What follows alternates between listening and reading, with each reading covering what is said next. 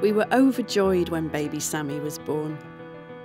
Like all parents, we hoped things would be perfect, but early on we knew something wasn't right. Then he went into heart failure, but we didn't know that's what it was at the time. I'm not sure how we got through it. It was terrible. Slowly though, he got a bit better and began putting on weight, until finally we took him home. But he just didn't seem well. He shied away from the light and seemed hungry and thirsty all the time. And what we thought was just a newborn thing, his eyes seemed to wobble, didn't go away. We knew he'd had a traumatic start, but our family and friends kept saying every parent worries about their babies. But we still had nagging doubts. We were back and forth to the doctors. Thankfully, at the hospital, the children's doctor finally suggested genetic testing. That's when we got a diagnosis of Alstrom syndrome. It was a shock at first. We had no idea what it was. The consultant hadn't even heard of it. She told us it's an ultra-rare genetic condition that can affect many organs in the body, and what caused the heart failure. We were desperate to find out who'd passed it on. I felt so guilty, like it was my fault.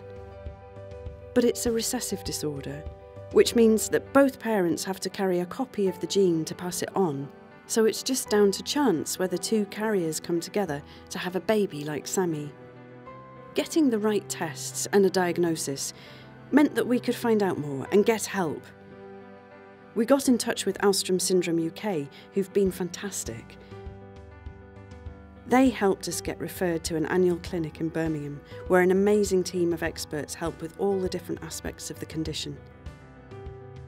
We also get to meet other families and take part in activities like cooking and games. Now that Sammy's getting older, we're doing things to help us learn more, get him plenty of exercise and the diabetes and weight gain that go with Alstrom under control. We all want longer, healthier lives for our children. Some of the older kids weren't diagnosed till much later because they didn't have all the symptoms, so we feel lucky we're starting early. It gives us a sense we have some control. Though to see them outdoors on zip wires and climbing and all sorts gave us such hope. The thought of Sammy's health deteriorating, possibly losing his sight, his hearing, and getting type 2 diabetes, just struggling generally, it's hard, but we can make healthy lifestyle changes as a family, and the research that's going on might make things different for him when he's older. The main thing is focusing on what Sammy can do as he grows and staying positive. We know we have to be realistic.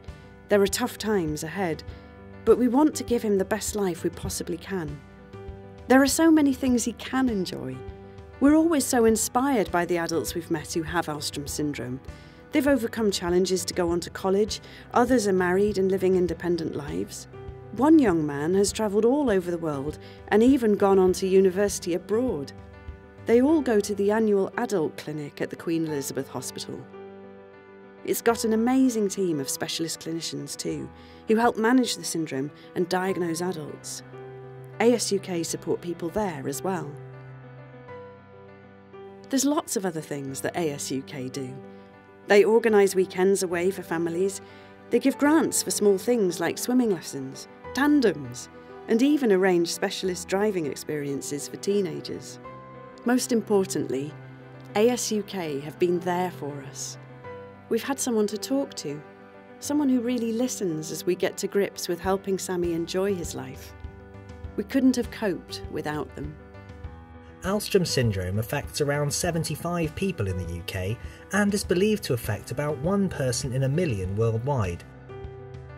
Symptoms can appear from infancy to early adulthood, but it's important to know that not everyone with Alstrom syndrome will have experienced the same symptoms, which can vary enormously for each individual.